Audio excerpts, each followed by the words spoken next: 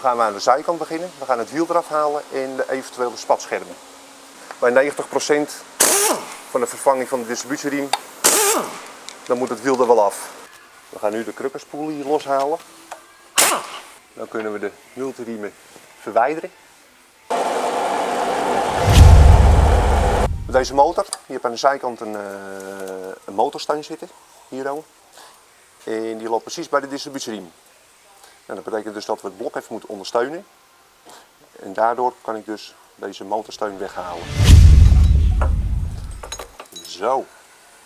Want het is zo bij een distributieriem, als één tandje fout staat, dus één tandwiel verkeerd staat en ik zal hem daarna starten, dan zal de auto dus, of de motor dus in elkaar lopen. Het volgende wat we gaan doen, dat is alle tandwielen op tijd zetten.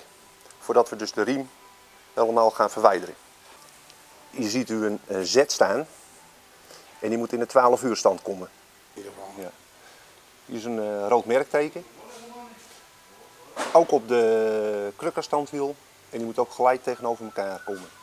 Deze twee inhammetjes hier in het rood gelijk staan met de cilinderkop. Nu kunnen we dus de distributieriem gaan verwijderen. Aangezien deze al erg los zat, hoef ik eerst niet dus de spanner los te halen. Deze kan je heel gemakkelijk, zoals u ziet, eraf halen. Bij de distributieriem expert vervangen we altijd de geleiderollen en de spanners. Zodoende kunnen we dus 4 jaar garantie geven. Een distributieriem die gaat meestal kapot door een omlooprol. Zoals u hoort is deze echt wel aan vervanging toe. Haal de riem eruit. Die controleer je altijd met de oude. Je kijkt of je dezelfde lengte hebt.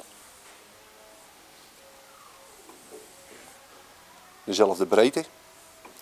En of de vertanding exact hetzelfde loopt. Je platte vertanding, ronde vertanding. Nou, bij deze loopt die schitterend. Uiteraard moet je die dus ook met de oude vergelijken. Alle boutjes en moertjes die wij monteren, monteren wij met Loctite. Dat is om het lostrillen te voorkomen. Alles moet vastgezet worden met het juiste aanhaalmoment. En dat gaat met behulp van een momentsleutel. Totdat hij klikt en zit hij vast. Als de distributieriem eromheen legt, gaan we de krukas 1 hele omwenteling plus 300 graden draaien.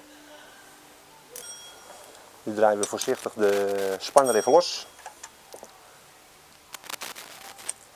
Laten we de spanner zijn werk doen. Nadat we de spanner hebben vastgezet, moeten we hem weer 2 hele omwentelingen ronddraaien. Plus 60 graden. Zo. Om de juiste spanning te meten van de riem, dat hij dus niet te strak of te los is, gebruiken wij dus de tester van Gates. Nou, nu zijn we klaar met het gedeelte van het vervangen van de distributieriem. En nu gaan we alle onderdelen weer in tegenovergestelde monteren.